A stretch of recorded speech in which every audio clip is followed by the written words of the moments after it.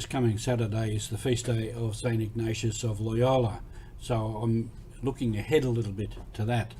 And I want to look back to what I said on Tuesday regarding Joachim and Anna, Mary's, John the Baptist's parents, and Mary, Elizabeth's cousin, and it's about discernment, discerning in our lives. This is Mission Alive. You're with Roger from the MSC Mission Office. St. Ignatius of Loyola was an army man, and as we know the story, he was wounded in war and had a long convalescence. And in that time, when I suppose in a sense you could say he was in lockdown because he couldn't do much, he felt himself called and challenged to something different in life, and he read some of the lives of saints and other things and discerned that God was calling him to something. He went on then to a long process of discernment and study.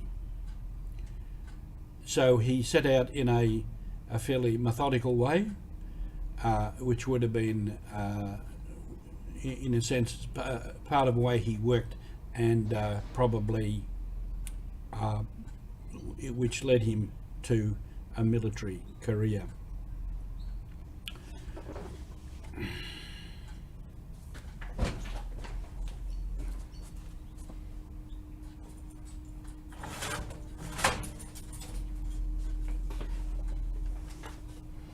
Excuse me, the light was coming through at a wrong angle, so I had to discern about the blinds. St. Ignatius of Loyola. So a long period of discernment and decision, and then he became probably one of the greatest saints of the church. And he and his companions founded the Society of Jesus, the Jesuits, who have been a great force in the church for hundreds of years, doing many things and making themselves available directly to the Pope to be sent anywhere and to do any work that was required. So a very great thing.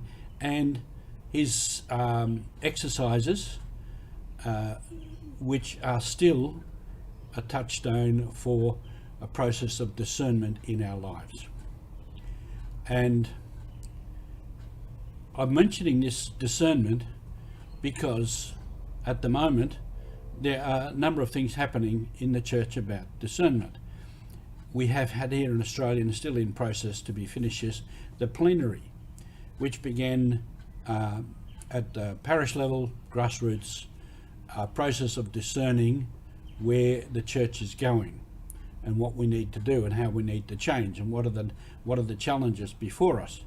And the Pope has announced, Pope Francis has announced that he is beginning in October a process of a synod to go over the next 2 years to 2023.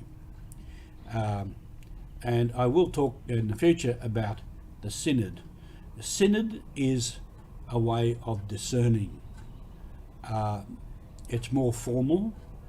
It seeks to reach more people. But in the end, it is a process of discernment, as is the plenary.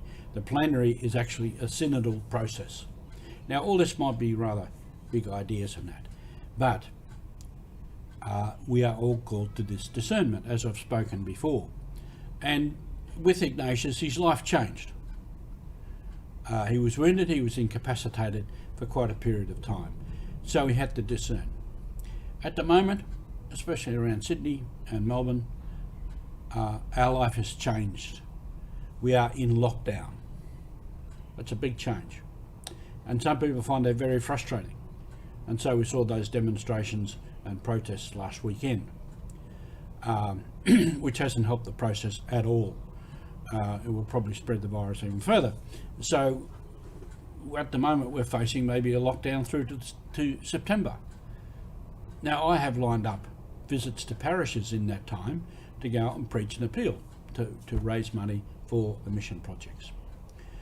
Our lives change, and in that we need to discern. And at the moment, it's no use fighting the reality. COVID is here, it's making people sick, it is killing people, we have to have lockdown or in vaccinations or whatever. That's the reality. Let's not waste our energy fighting it. Let's learn to live with it and adapt to it and see in that what is God calling us to in the church. What now, today, is the mission of the church? Today, into the near future, into the distant future.